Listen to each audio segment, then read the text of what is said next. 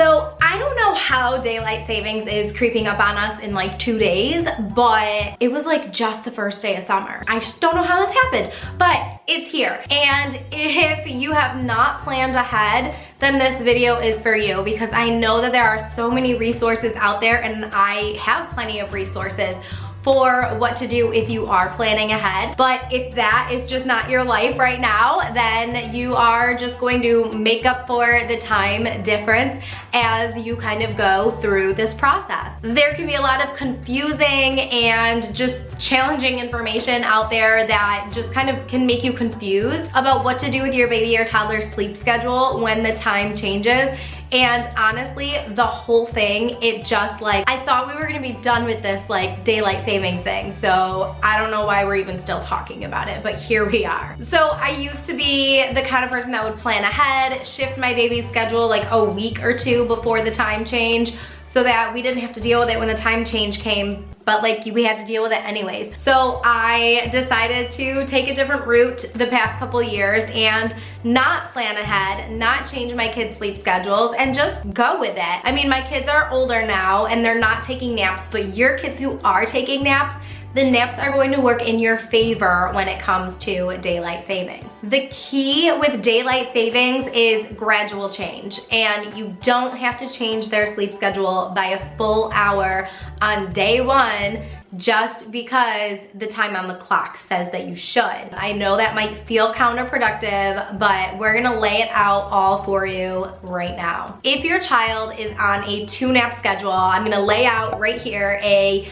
schedule that might be your schedule. It might be similar to your schedule, but this is just my sample schedule for the sake of this video, and just as necessary for your child's sleep needs and their wake windows. But let's say that your kid is waking up at 9 o'clock in the morning, then they're taking a nap from 9 to 11, another nap from 2 to 3:30, and then they're going to bed at 7 p.m. So then on Sunday, that specific schedule will become a 6 a.m. wake up time with a nap from 8 to 10, another nap from 1 to 2:30, and then bedtime at 6 p.m.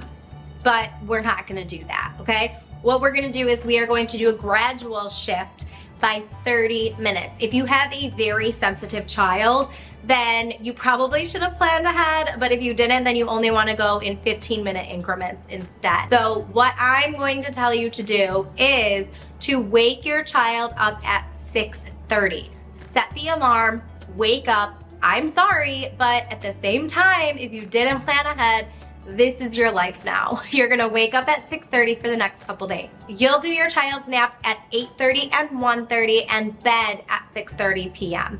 Don't try to push your child too hard, because then if they fall into an overtired pattern, they're gonna end up waking up more often than they were before. Hopefully they were sleeping through the night. If your child was not sleeping through the night before this and your sleep is already out of whack, then you need a one-on-one consultation with a sleep consultant, AKA me. Check out the link in the description box down below for my sleep consultation packages. Since you're setting your alarm to 6:30 a.m. and you're going to be waking up early, what you need to do is immediately expose your child's eyes to light. Artificial light is okay, but preferably natural light. Open up the curtains in the house.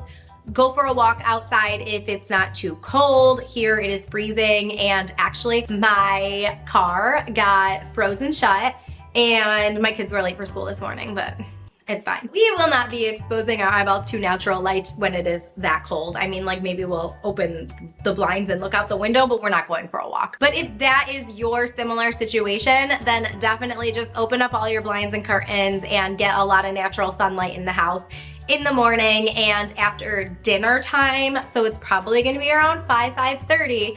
You want to close the blinds and curtains, only keep on the necessary lights that you need to. If your lights are on a dimmer switch, then you wanna like start dimming them down.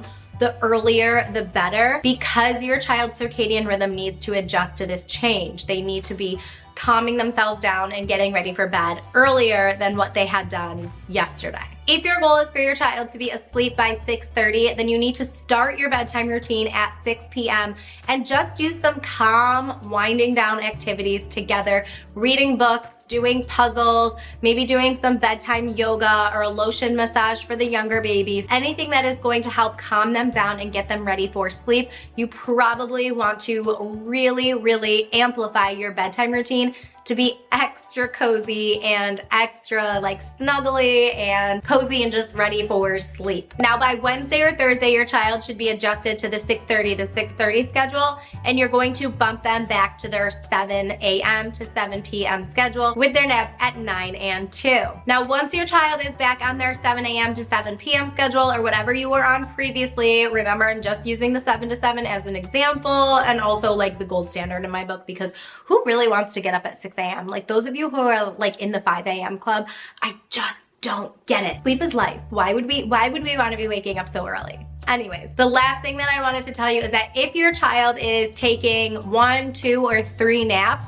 you will be able to manipulate their naps to fit your new schedule. So if you need to cut them short or let them sleep a little bit longer or whatever you need to be able to stick to the 6:30 to 6:30 during those days that you need to do that, then you can manipulate those naps as needed. That will not mess up their circadian rhythm. You want to keep them within the same length of duration that they typically are, within 30 minutes on each side. So whether it's 30 minutes shorter than usual so that you can have the second nap or the third nap at your typical time, you can go ahead and do that. It is important to expect that this change may take up to 2 weeks for your child's circadian rhythm to actually fall into the rhythm of this new time. I always want to say time zone, but it's just like a new time, period, stop. It is so important to stay consistent with the plan that you make for your family, and if your schedule is different than the schedule that I laid out, then take a little piece of paper right now, write down your child's schedule, shift it a half hour earlier because we're falling back an hour, but you're only shifting a half hour. 1 hour is too much for your child's little system, and they're just gonna go berserk, and like they're probably gonna end up fighting naps. They're going to be up all night long because they're going to just fall into an overtired, confused, what the heck is my body trying to tell me to do, when all before this I was doing something else. Gradual changes and consistency. I hope that you learned from this video, and I hope that if it doesn't go well for you, I'm really sorry, but I wanted to put this information out there in case you did not prepare ahead of time, and all the resources that you're finding are telling you to prepare a week or 2 ahead of time, but like the time changes tomorrow. Hopefully you are going to be in a good place. If you're not, then reach out to me at the links in the description box down below. Hit me up on Instagram, or go ahead and book a sleep consultation, and I will help you guys get on the right track. I hope you enjoyed this video, and keep blooming. Mwah.